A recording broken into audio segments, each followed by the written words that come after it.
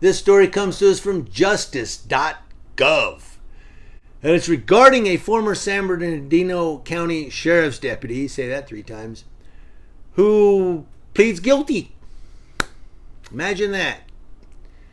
A former San Bernardino County Sheriff's deputy has pled guilty to multiple felonies for deceiving victims into investing at least $5.6 million with him. Wow, why isn't he in Beverly Hills? Then using their money on extravagant gambling, taking private jet airplane rides, and buying luxury items for his girlfriends.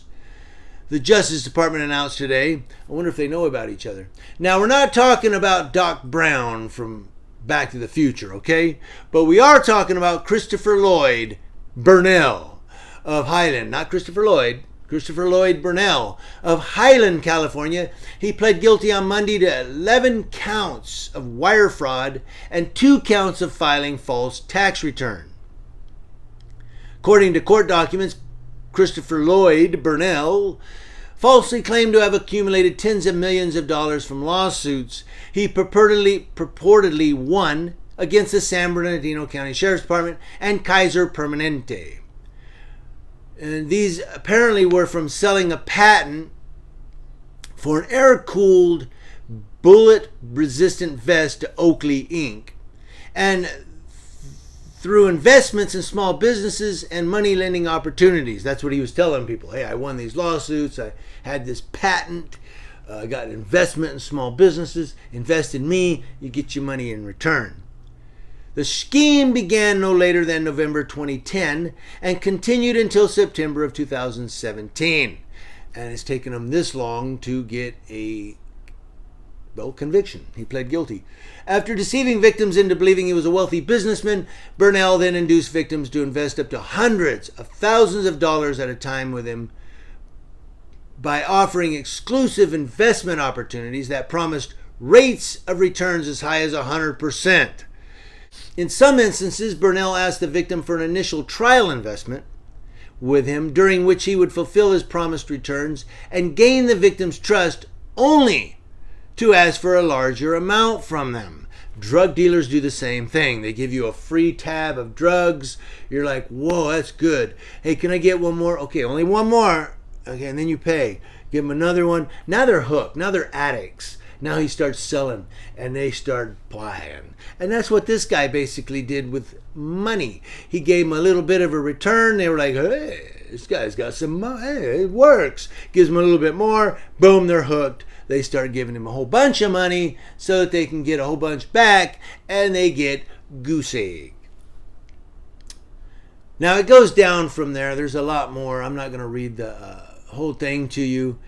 I mean, it wouldn't take that long, but you don't want to hear the whole thing word for word. But basically, he spent the money on maintaining a life of luxury, gambling, losing more than $2 million in gambling at the San Manuel Casino out here in Highland, $500,000 in a private jet trip, $70,000 on Louis Vuitton merchandise, $175,000 on luxury cars, and an apartment lease for his then girlfriends. See, he lost the money, he lost the girls. You see how that works? His then girlfriends.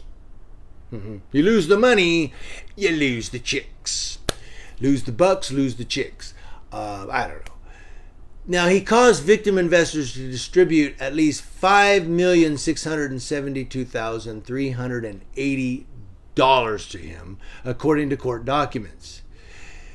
Wow, this dude made $500 million off these poor people. To alleviate victims' concerns, Burnell showed many victims a fabricated Wells Fargo bank statement that said he had more than $150 million in his account, and that he would use that to pay back victims once his funds were no longer tied up.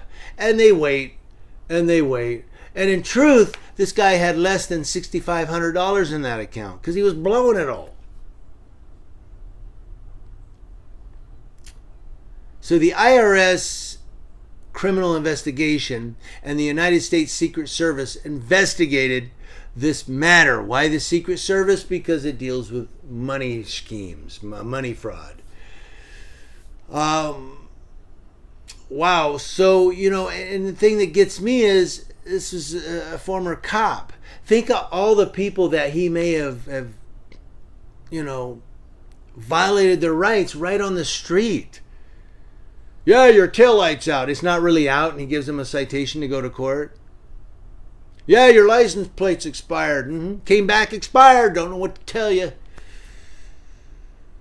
I'm just saying, this guy can't be trusted.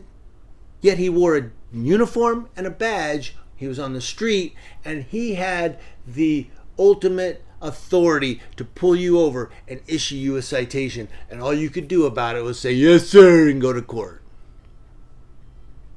How many other people have they not yet caught that are like this guy, wearing a uniform and on the street? And I'm talking nationwide. Think of all the cops from California to New York and everything in between.